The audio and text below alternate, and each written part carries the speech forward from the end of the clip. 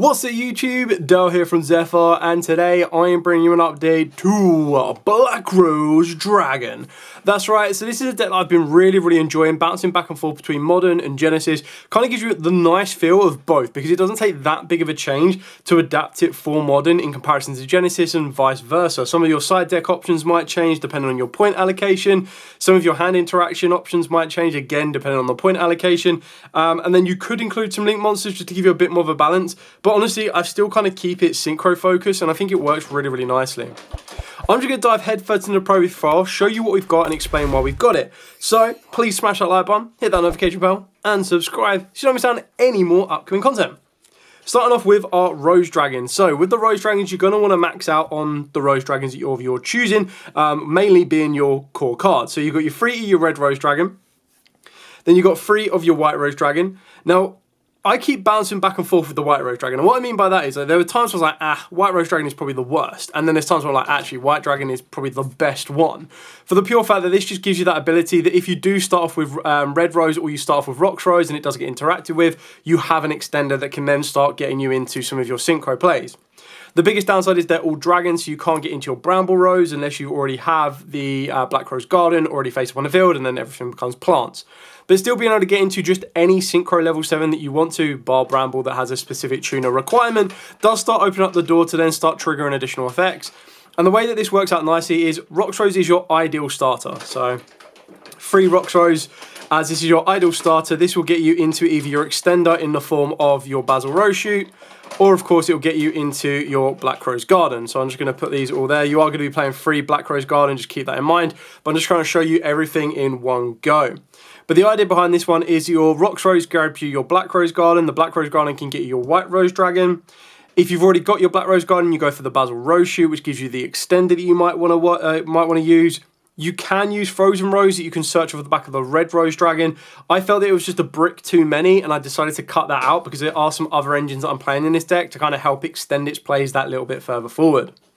On top of that, if you start with your Red Rose, but you can extend with a White Rose, or even sometimes a Vengeful Witch, not always the best way to do it, but Vengeful Witch does count as an extender. This can then still open up the door to get you into some of your Synchro plays, whether that just be something as simple as a FA Dawn Dragster, just to trigger off the Synchro effects of both the Vengeful Witch and, of course, the Red Rose Dragon as well. Speaking of which, we are playing 3 Vengeful Witch. So I still like this as an extender. So if you control a Black Rose Dragon or a monster that mentions it, or a plant Synchro monster, you get to special on this card from the hand. And if this card is sent to the graveyard and a Synchro monster is on the field, you get to discard a card, special on a plant with 15 or less defense from the deck. You can't special from the extra deck for the rest of the turn except Synchros, which is absolutely fine. Now, I'm still choosing to play 1 Twilight Rose Black Knight. I know some players might want to play 2, that is absolutely fine. I'm quite happy playing with 1. There is times that you might hard open it up, and if you do hard open it, it's not the end of the world because you want to try and, you could still use it as your normal summon, but if I see this plus a Rocks Rose Dragon, I'm not going to use this as my normal summon. My Rocks Rose will be my normal summon, but there are times if I already have for example, a Rocks Rose in the grave, I can normal summon it, and then special on a Rose Dragon or a level 4 or lower plant from the grave. So it still works, it's just one of the ones that I don't want to be playing multiples of. Like, sometimes the argument is, well, the combo's dead if you see it in your hand. And it's like, it's not dead, it just gets a little bit more awkward because your Vengeful Witch can still get you what you need to, sometimes or not, as long as it has 15 or less defense. There are some other cards you can get access to. They're not going to be as kind of extension as the Twilight Rose, but if you've already hard opened it and you use it as your normal summon, getting the Vengeful Witch to the grave is still going to lead you into stuff like Glart Bulb or even your Spore the Fairy Seed, and it'll still give you a couple of plays to make. So it's not end all be all with the combo, and I'd much rather play a 1 than doubling up like kind of a card that I don't want to see. So with the cards I don't want to see in my hand, I've got Spore and I've got the Glart Bulb and the Spore. Now, there was a couple of other level 1 plant tuners, and I wasn't exactly looking for level 1 plant tuners, but just plant monsters that can be sent. So the idea is that I'm trying to find a way to turbo into the Rage Rose Witch a little bit more consistently, and you'll see that in the next engine that I'm going to show you after this. But the idea is that once you turbo into your Rage Rose Witch, you get to send 1 from the extra deck and 1 from the main deck, and I was looking at all the different options. Now, there was one that was like a little dragon with a pineapple, and apologies, I completely blank on the name of the card, but it's basically a level 1 tuner that if it's sent to the graveyard, it just summons itself back as a tuner. So it's the same as Glart Bulb, just doesn't require you to have the mill card. There was another one that when it's sent to the grave, you draw a card. I was like, it would be nice, it would be slightly niche to kind of want to use it, but only I felt that these two were the best options. Spore, the best thing about it is the fact that it does what all of the other plant ones can't do. When it comes back from the graveyard, it can manipulate its level, and you can choose to manipulate its level. And what I mean by that is the original Spore manipulates its level, but it manipulates its level to a degree. It doesn't go up to the number, it does exactly the number. Whereas Spore lets you manipulate its level up to the number of monsters that you currently control. So the idea would be that you'd bring Spore back, it includes itself and Rage Rose Witch, and then you can make this a level 2. They then synchro into Crystal Wing, you're now protected from Nibiru. Unfortunately, it can only summon itself back if you have a light monster that is Beast, Plant, or Fairies, and or specifically Ancient Fairy Dragon. So this one will only work if you go down the Perilis route, which 99% of the time you're going to want to do this. But there is a way that I can just basically go down the Perilis route as normal combo, and if my opponent stops me getting to my Rage Rose Witch, I have a fallback to get to my Rage Rose Witch, or I can start by getting to my Rage Rose Witch, utilising 3 Supe, Dustwalker, and the 1 Supe. Now the idea behind this one is it's a level 5 that lets you discard a card to special summon it from the hand, and then special summon a Supe from the deck, which is the level 1 tuner. That's basically all you need to really know, is that these two are going to synchro into a level 6. Now, there's a couple of different level 6s you could consider to play if you wanted to. Like, you could play Coral Dragon to be a bit more aggressive and still maintain a tuner. But the card you're going to want to go to 99.999% of the time, because Queen of Thorns needs a plant non-tuner, is going to be your Rage Rose Witch. Now, this isn't a bad card to go into because you send 1 plant from the extra and 1 from the main deck. The biggest downside is the card you're probably going to send from your extra deck is either going to be your Garden Rose Maiden or your Lily Reaper, once I get to them. And then the card from the deck you're going to be sending is going to be ideally like Glart Bulb or, of course, a Spore. Now, you're not going to send the Spore if you don't have a Light Beast, Plant, or Fairy on the field. So you're probably going to go for the Glart Bulb. When you do that, you bring that back, you're then going to be sinking into a Bramble Dragon. So what you're trying to do there is just alternative ways and more consistent ways to get to a Black Rose Dragon, to get to a Bramble Rose, to start your opponent taking burn damage. And this is all just using Supe plus a discard. And I didn't mind using Supe plus a discard because then it allowed me to kind of set everything else up, because it meant that if I did hard open up the Twilight Knight, I could utilize that. If I wanted to get another card in the graveyard, I could utilize that. I'm putting a bit of pressure on with Rage Rose Witch. I'm getting either I'm baiting out interaction from my opponents so that I don't get to send my Garden Rose Maiden. And if I do, my Garden Rose Maiden still has the ability to revive a card from the graveyard when you are looking at the specific target. So with Garden Rose Maiden, you can revive any Rose Dragon monster or a Dragon Synchro. So if I'm like, you know what, I actually want to maintain my normal summon, and I want to do it other different ways, then I can use Supe to discard a Rox Rose or a Red Rose or anything else like that, bring them back, and then I have the option to make some other Synchro plays should I need to, depending on what I want to try and work to. So it gives a little bit of flexibility, and ultimately what I ended up cutting, and I'm trying to see if the cards are near me, but I don't think they are, is I took out the Princess with the White Rose Cloister. So I wasn't using them as that was being used as an extension card, whereas this is basically an extension that leads you into a Synchro. It baits out Ash. Yes, it is a discard, but like I said, I'm not playing that many discard cards, like cards that I'm like, I want to discard it. Or like I have to discard, so like stuff like Forbidden Droplet I'm choosing not to play, but you can very easily do so. And ultimately I try to minimise the amount of discards I do, because you've got Vengeful Witch that wants you to discard, plus you've got the Supe. If you then add into that your Forbidden Droplet, you're going to start burning through your advantage very, very quickly. The final card I play before my non-engine hand interactions is the 1 Revolution Synchron. This is just one of the ones that are the luck of the draw, if you see it. It's one that's quite nice, because going second, you can just Synchro with your Revolution Synchron, go into a Black Rose and threaten to nuke the entire field. It's one that I consider to probably play more of, but it's one of the ones that ultimately it's a 41 card deck. This is a card that could be cut. It could also be cut alongside the Foolish Burial, but the Foolish Burial still has a bit more versatility, because either I can send a Vengeful Witch as long as there's a Synchro monster on the field. I can send a Glart Bulb. I can send the Spore. Like, there's just ways that I can kind of set some plays up. I was playing the Stay Sailor. Again, I only took that out because it just felt like 1 brick too many. Through testing, there's just so many times I was like, right, I'm seeing my hand and I'm just getting these one-off bricks that I don't want to be seeing, rather than my starters. So if anything, you cut both of these out and even play a Pot of Prosperity if you wanted to go for increasing the consistency a little bit more. Moving into the non-engine, you can adapt this non-engine as much as you see fit. Like, if you want to make this more plant-focused, by all means, cut this non-engine down. The fact of the matter is, if you want this deck to compete as high as it possibly can, you need to either get really, really lucky with your matchups and your opponent doesn't have interactions, or you need to be able to interact back with your opponent. So if they interact with you and stop you playing, you need to be able to interact back with them and stop them playing. So we've got free draw a lot better than the main. This really comes down to the environment. If the environment is very susceptible to draw and they don't play around it or respect it, you main it. If they do respect it, you side it out. You could very arguably be playing Nibiru in the main deck, or you could look at other kind of hand interactions like Infinite Impermanence if you wanted to. More Chummy Foolos, I feel that you should be playing like main decking any Chummy that you can get your hands on right now. If you bought the Legendary 5Ds deck, you should be able to have a playset of all of them if you bought them in freeze, or if you just bought one and then traded off the others for your with your friends, you should be able to complete a playset of Foolos. If you didn't, but you completed Perulias, then put Perulias in this spot. Meow's a little bit less so effective, but it's just something that you can consider for the main or the side. And again, if you wanted to bump up your access to your Chummies and wanted to play 3 Foolos and 2 Perulia or 2 Meows, you can do.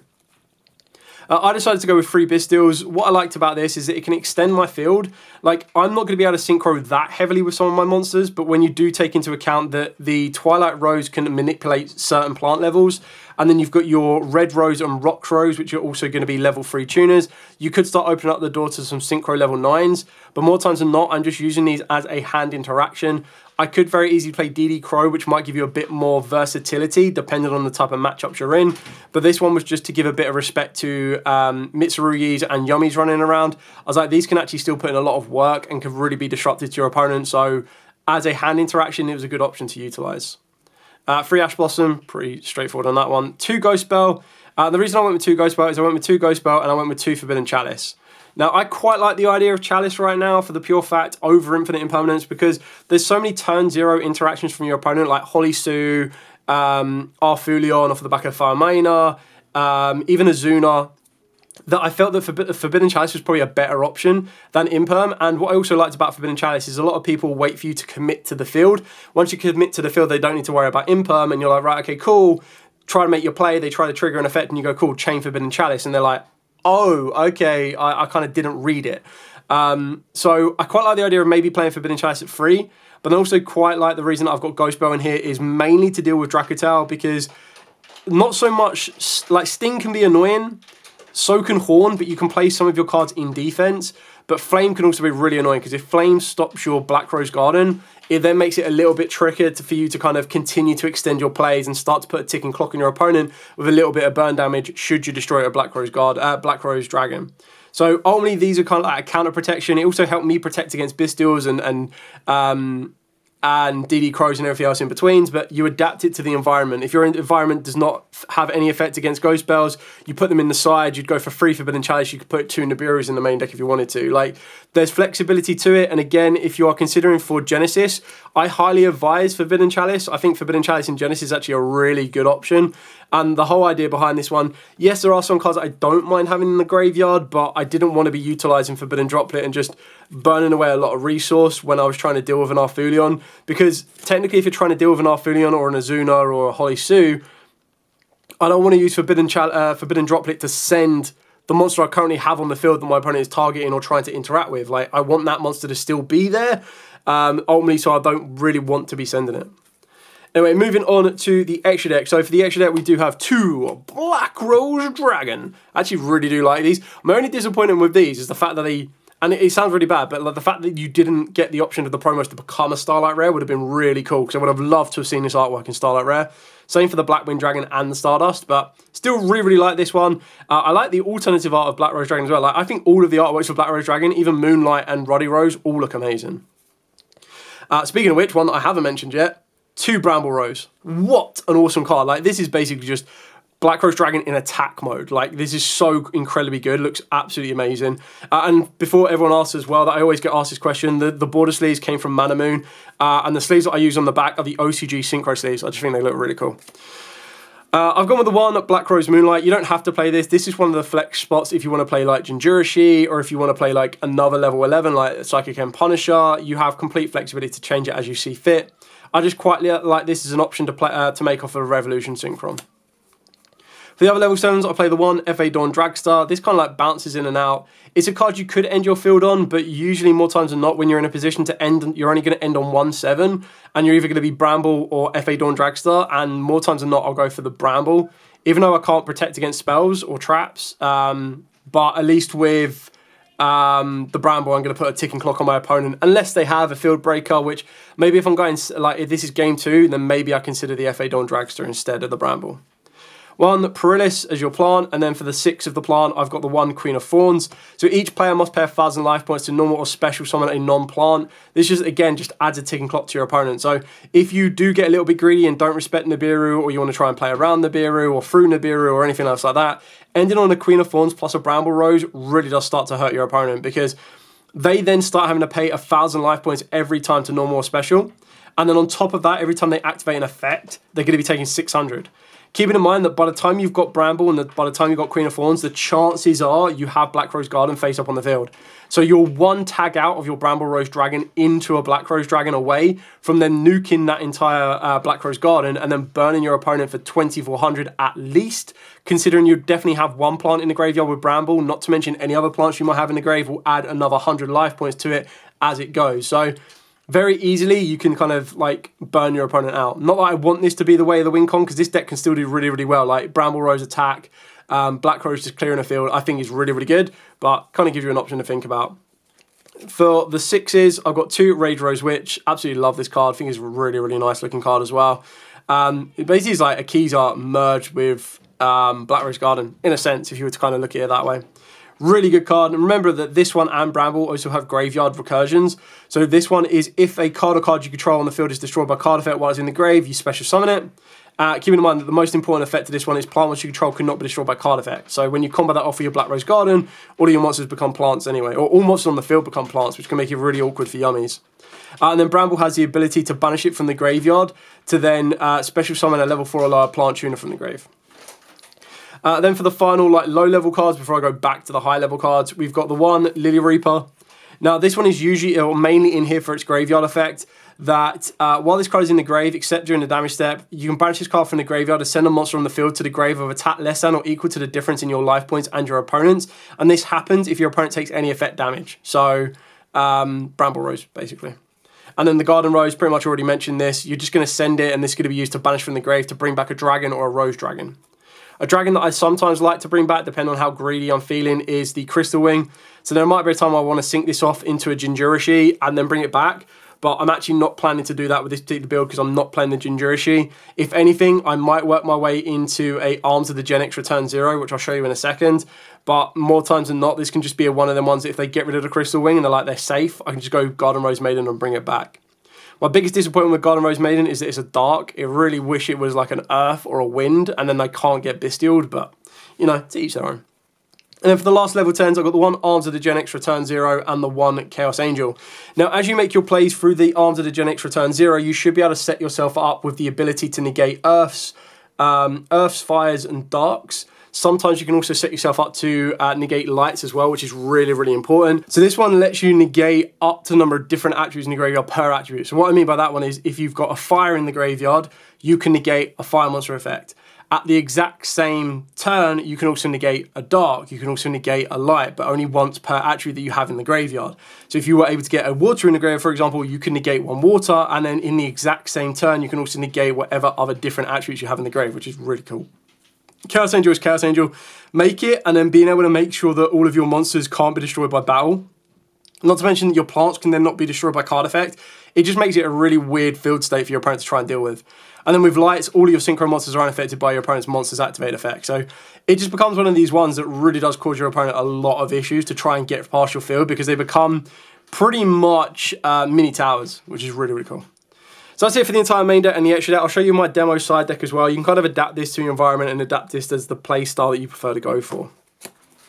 So for the monsters, I was on 3 Nibiru the plan will be in. Not really going to spend a huge amount of time going over these, but just because if your environment doesn't respect Nibiru, it can really catch them out and give them a lot of issues. If they do respect Nibiru, then this can become a Perulia or a Meows or anything else in between.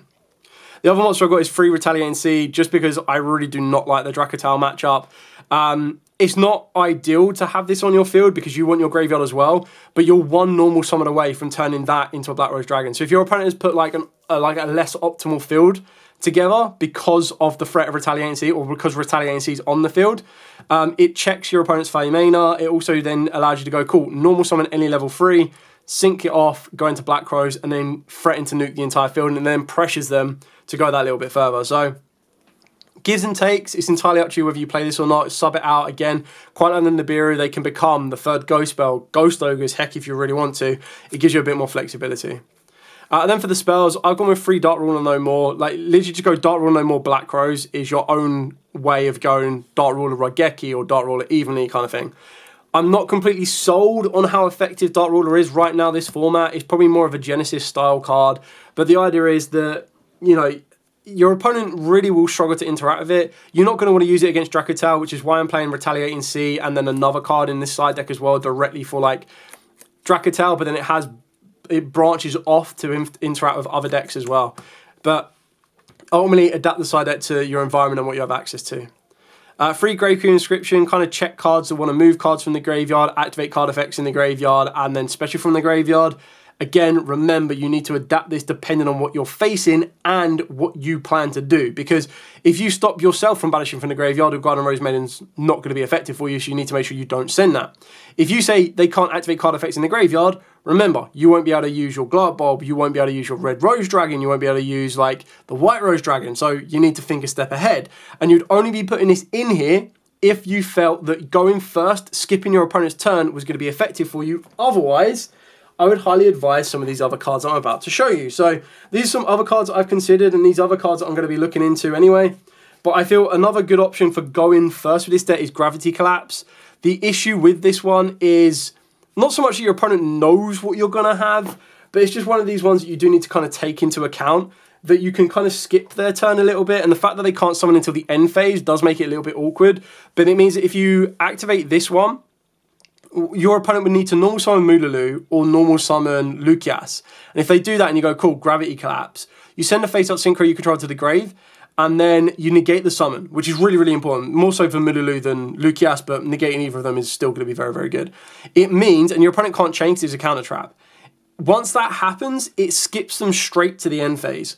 So then they're going to have to hold on to that Feymena until your next turn because Feymena is only during the main phase. So it's a really powerful turn skip, but if they start off with like Ketu or if they start off with Rahu or Feymena, it becomes a little bit more awkward to kind of deal with. So yeah, it's very tricky because remember, it's when your opponent special summons a monster, it's not via an effect. So it's not quite like Judgment or anything else like that. It's not a card that leads to the summon. It's just when they would summon a monster or special a monster. Sorry, when your opponent would summon a monster. So if they activate Rahu, that's a summon through an effect. It's very, very weird, but it's one of the ones that if you can resolve it and you kind of get it off, like it skips their entire turn. But that's why it's not in my side deck right now, is I'm still trying to figure out how effective it is against current metas and current decks and whether or not it's worth putting in or not. Better against Genesis because the normal summon is actually quite important. Other cards that I'm considering is stuff like Triple Tactics Thrust, and the Triple Tactics Thrust can lead you into a Black Goat Last for going first. It can then also lead you into Evenly Matched and Lightning Storm. Again, the reason these are in different coloured sleeves is because they're not in my actual side deck right now, but they're just options that I was considering and playing around with depending on what works and fits the best. The final card that I've got is Free Sales Ban.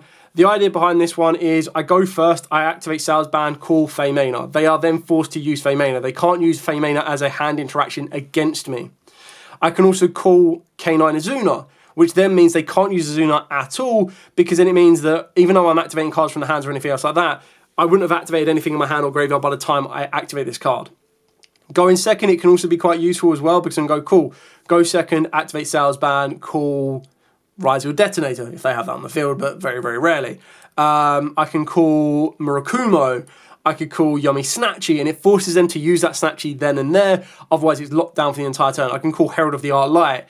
It's kind of one of them ones that you can use it to call particular cards that are either going to trade off and they're going to like, you know, I want to use that card and then use it then and there, or they're going to be ones that they're not going to use. And it locks them down for that turn, and that's quite useful. Remember, if you want to call like Drawn Lockbird, which is also a good option, or even Ash Blossom and Joyous Springs, you could do that. You just won't be able to play it for the rest of the duel. So you've got to remember that you want to side those cards out for this particular card. So if I'm facing a matchup that I feel like instantly loses against Drawn Lockbird, then I might want to consider not calling Draw Unlock Bird with Salesman. But if I see my hand and I'm like, this hand loses to Draw Unlock Bird, whether they've got it or not, just activate Salesman, call Draw Unlock Bird, and it shuts them down. But I like the flexibility for going first, going second, and what I want to call, what I want to hold down, what I want to stop happening. So again, it gives you that flexibility to allow that to work.